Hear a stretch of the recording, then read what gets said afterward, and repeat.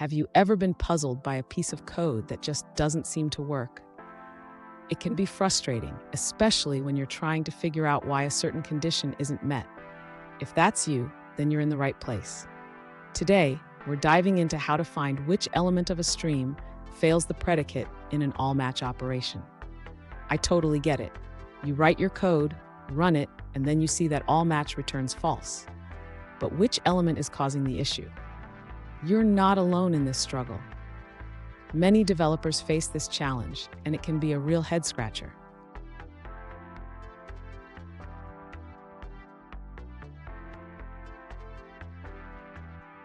Here's the specific question we're addressing today. One user asked, "How can I find out which element is failing the predicate when using AllMatch?" They provided an example with a list of numbers and a predicate checking for even numbers. If this sounds familiar, let's explore the solution together. So what happens when AllMatch returns false? It means at least one element in the stream does not satisfy the given predicate.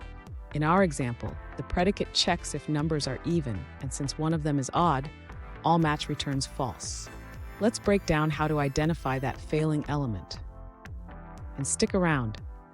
At the end of this video, I'll share a quick tip that will make your debugging process even smoother.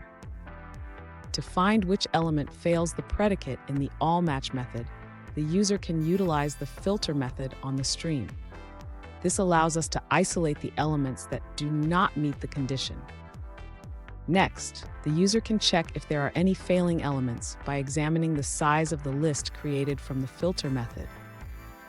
If the size is greater than 0, it indicates that there are elements that do not match the predicate. Now, the user can print out the failing elements.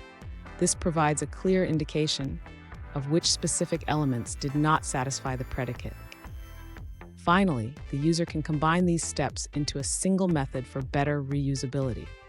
This method can take a list and a predicate as parameters. Fun fact: did you know that the concept of predicates in programming is inspired by mathematical logic? It's fascinating how these ideas translate into coding. Now, let's look at the answers provided by other users. An alternative approach shared by a user involves using the partitioning by collector. This method groups the numbers based on whether they match the even predicate. The result is a map that shows which numbers are even and which are not.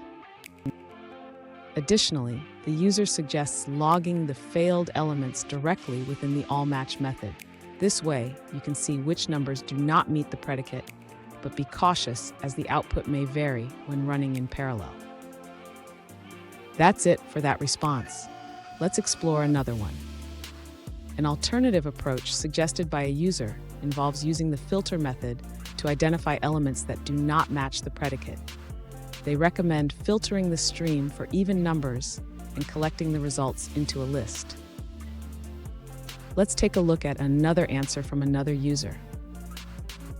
This user suggests separating the actions of filtering and verifying the match. They recommend first filtering the stream to find elements that do not match the predicate, and then checking if the resulting list is empty. Now, let's see a response from a different user. An alternative approach proposed by a user involves using the filter method to identify elements that do not match the predicate. They suggest creating a list called bad numbers that collects all odd numbers from the original list. In this case, if all elements satisfy the condition, bad numbers will be empty. Otherwise, it will contain the values that do not match the predicate. Let's take a look at another answer from another user. This user clarifies that a Boolean is not a predicate.